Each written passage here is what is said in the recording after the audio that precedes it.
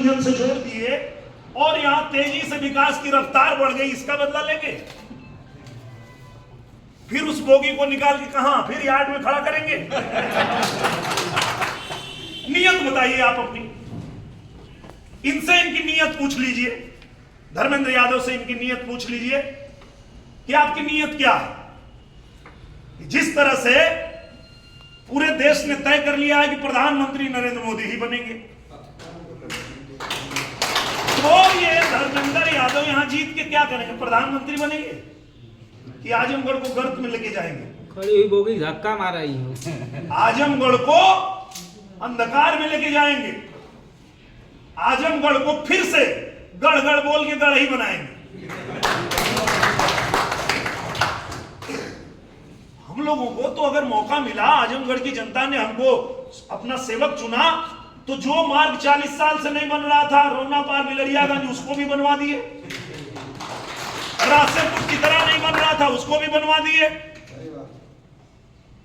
इन लोगों को पता ही नहीं था कि आजमगढ़ का सर्वांगीण विकास कैसे होगा जब तक महायोजना लागू नहीं होगी। इनको पता ही नहीं था।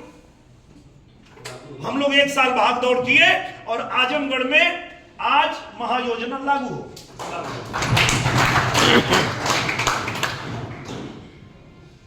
तो ये होता है बाबा साहब के बताए हुए रास्ते पे चलना कि आप गरीबों के लिए काम करिए, उनकी सेवा करिए। और ये लोग खाली आएंगे और आकर के आपको भ्रम में डालेंगे, जाति की बात करेंगे, कहेंगे कि जाति जनगणना होनी चाहिए। उसके पीछे तुम्हारी नियत क्या है वो बताओ हमको। अगर तुमको पता चल जाएगा कि आजमगढ़ में यादव बाहुल्य क्षेत्र है, तो आजमगढ़ के यादव को तुम टिकट दे दोगे?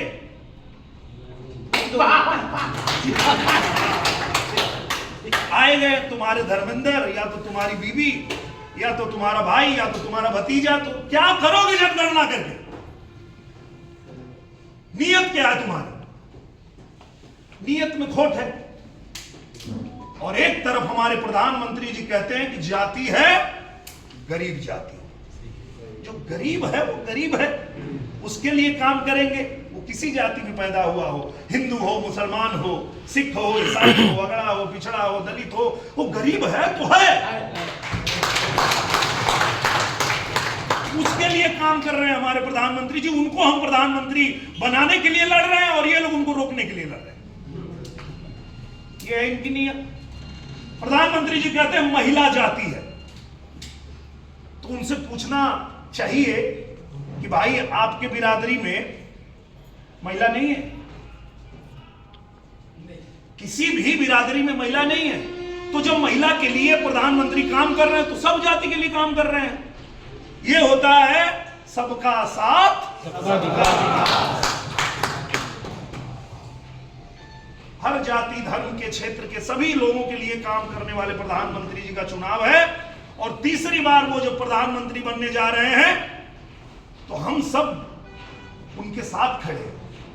और ये लोग आते हैं कि उनको रोकना है, ये लोग को बनना नहीं है। देखिए ये भी एक विडंबना है। आदमी कुछ भी बनने के लिए काम करता है। आपको कुछ बनना है इसलिए आप मेहनत करेंगे।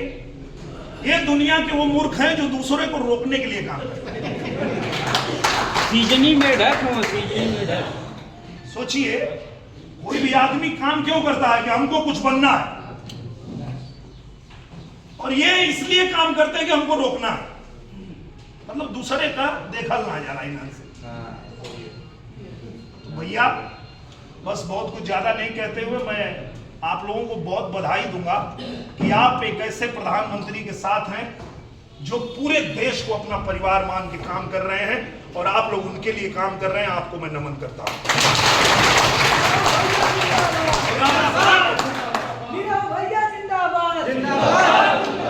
मैं आप सभी को बाबा साहब भीमराव अंबेडकर की जयंती पे बहुत शुभकामना आप सबको देता हूं। और सबसे यही हम लोग अपेक्षा भी रखते हैं कि आप भी बाबा साहब के बताए हुए मंत्र को हर किसी को बताएंगे।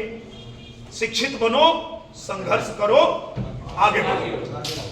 बाबा साहब अमर रहे।